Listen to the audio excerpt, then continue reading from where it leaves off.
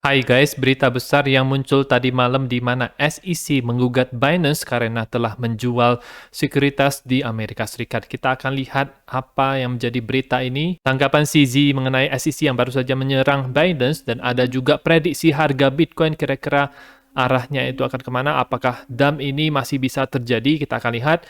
Nama saya Kelby dan saya menyajikan informasi seputar fundamental, technical, dan on-chain analysis. Klik like dan subscribe untuk mendukung channel saya. Kemarin itu jadi sekitar jam 11 atau jam 12 malam, SEC itu memunculkan laporan ini di mana mereka mencharge Binance Holdings Limited US. Jadi ini adalah yang Binance US karena telah melanggar beberapa peraturan mengenai sekuritas. Ada 13 charge yang mereka buat. Kita menduga kalau CZ dan Binance itu terlibat di dalam hal-hal yang ilegal, tidak transparan, dan berusaha menghindar dari hukum. Di mana saat itu CZ Binance, ketika dia mendengar hal ini, rupanya media duluan yang mengetahuinya. Mereka sendiri belum mengetahui ketika hal ini pertama kali muncul. 4. Ini adalah FUD yang sengaja dilakukan. Tim kita tetap bertahan, memastikan sistem tetap stabil, meliputi withdrawal dan deposit. Kita akan memberikan respon ketika kita telah melihat komplainnya. Kita belum melihatnya, media mendapatkannya sebelum kita melihatnya. Ada beberapa koin yang diserang SEC dan disebut sebagai sekuritas, di mana disebutkan di sini ada BNB, BUSD, Solana, Cardano, Matic, Filecoin, Atom, Sand, Mana, Algorand, Axie, dan Koti ya, di mana ada beberapa koin yang tidak disebutkan yang cukup terkenal seperti ETH itu tidak termasuk di dalam daftar aset kripto yang menjadi sekuritas menurut SEC. Nanti akan kita lihat analisa teknikalnya untuk ETH. Selain itu ada juga fasilitas earn yang dipermasalahkan oleh SEC ya. Jadi ada Vault dan Simple Earn ini. ETH, USDC, USDT, Litecoin tidak termasuk di dalam sekuritas ini ya. Beberapa tanggapan dari orang-orang yang ada di kripto, Charles Hoskinson, co-founder daripada Cardano,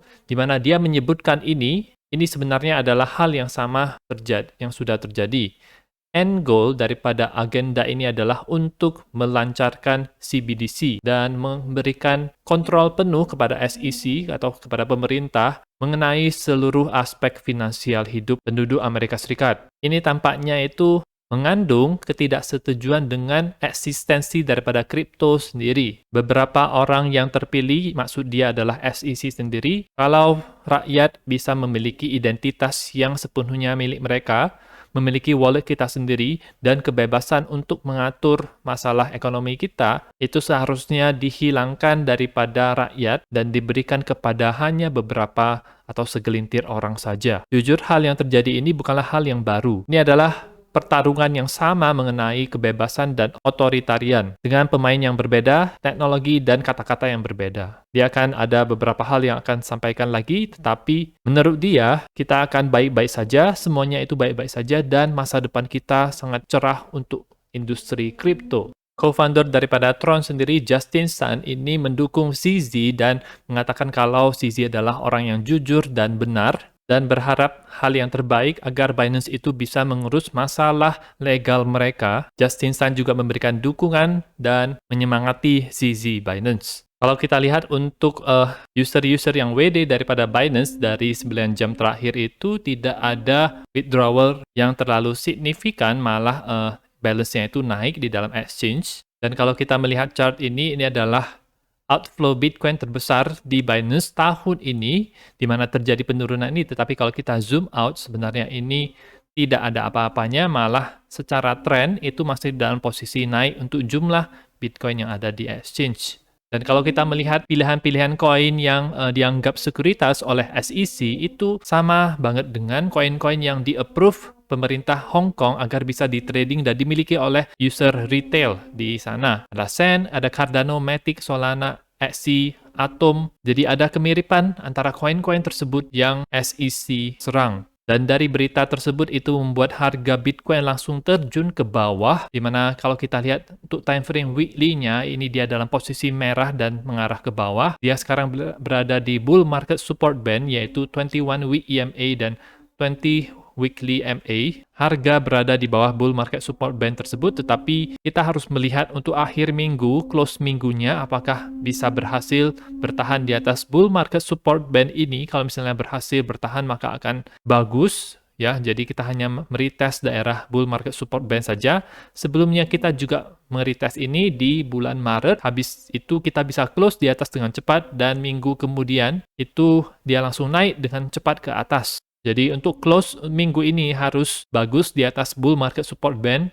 Tapi kita lihat kalau MACD-nya itu dalam posisi ada bearish crossover seperti video yang saya buat kemarin. Jadi ini adalah tanda yang bearish sebenarnya, harus diikuti dengan weekly close yang bagus agar ini itu tidak terjadi crossover. Di time frame hariannya untuk Bitcoin gagal bertahan di atas SMA 100 dan dekat sekali dengan SMA 200 yang ada di harga 25.200, itu bisa menjadi daerah support yang kuat sebenarnya. Ada potensi untuk Bitcoin ke daerah 25.200 lagi, karena ini adalah daerah atas daripada Agustus 2022 dan Februari 2023 yang ada di sini.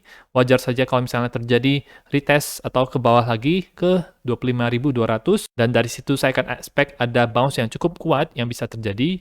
Atau mungkin dengan probabilitas yang lebih kecil, mungkin ada bisa bounce dari sekarang.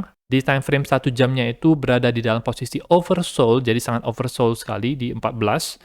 Dan ada juga terjadi MACD crossover ke atas untuk time frame 1 jam. Tetapi ini hanya untuk time frame yang kecil saja, 1 jam. Belum terjadi di time frame 4 jamnya. Jadi belum ada tanda-tanda bullish yang terlalu kuat.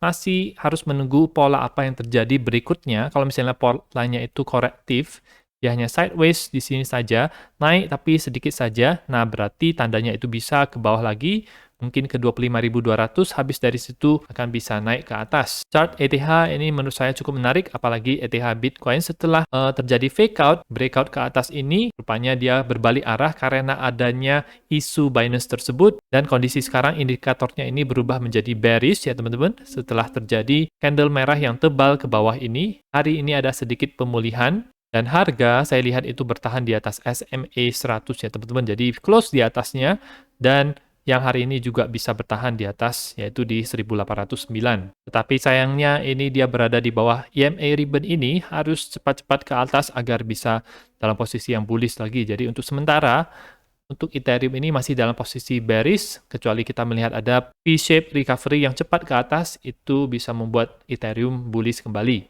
Tetapi kalau saya lihat ETH Bitcoin-nya itu tidak ada masalah apa-apa, malah dia dalam posisi naik ketika Bitcoin mengalami dump kemarin, itu artinya Bitcoin dump lebih dalam dibandingkan dengan ETH.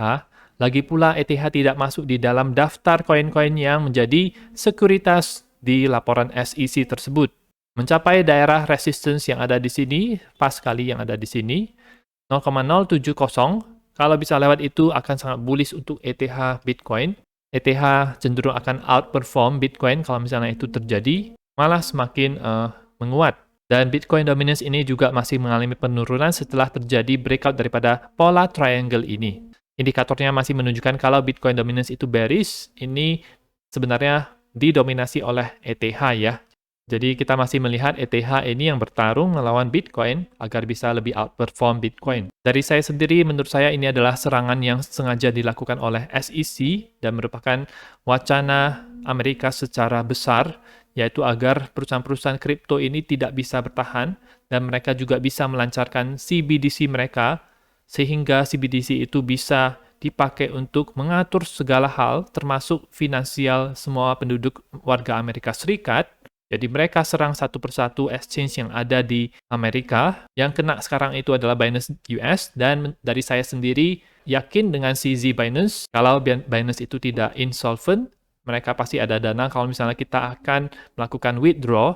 Ini bukan seperti FTX ya teman-teman. FTX jelas-jelas menggunakan dananya untuk di trading, untuk diinvest ke tempat lain lagi. Ini tidak ada indikasi atau laporan mengenai tersebut. Kalau misalnya ada dana yang digunakan oleh CZ Binance untuk hal-hal yang ilegal, pasti akan ketahuan di laporannya. Nah, bagaimana menurut pendapat teman-teman mengenai Binance? Apakah Binance aman? Atau Binance sendiri itu fraud seperti FTX? Teman-teman bisa komentar di bawah. Itu saja untuk informasi pada video kali ini. Semoga bermanfaat. Teman-teman bisa dukung channel saya dengan mengklik like dan subscribe, dan nantikan video saya selanjutnya.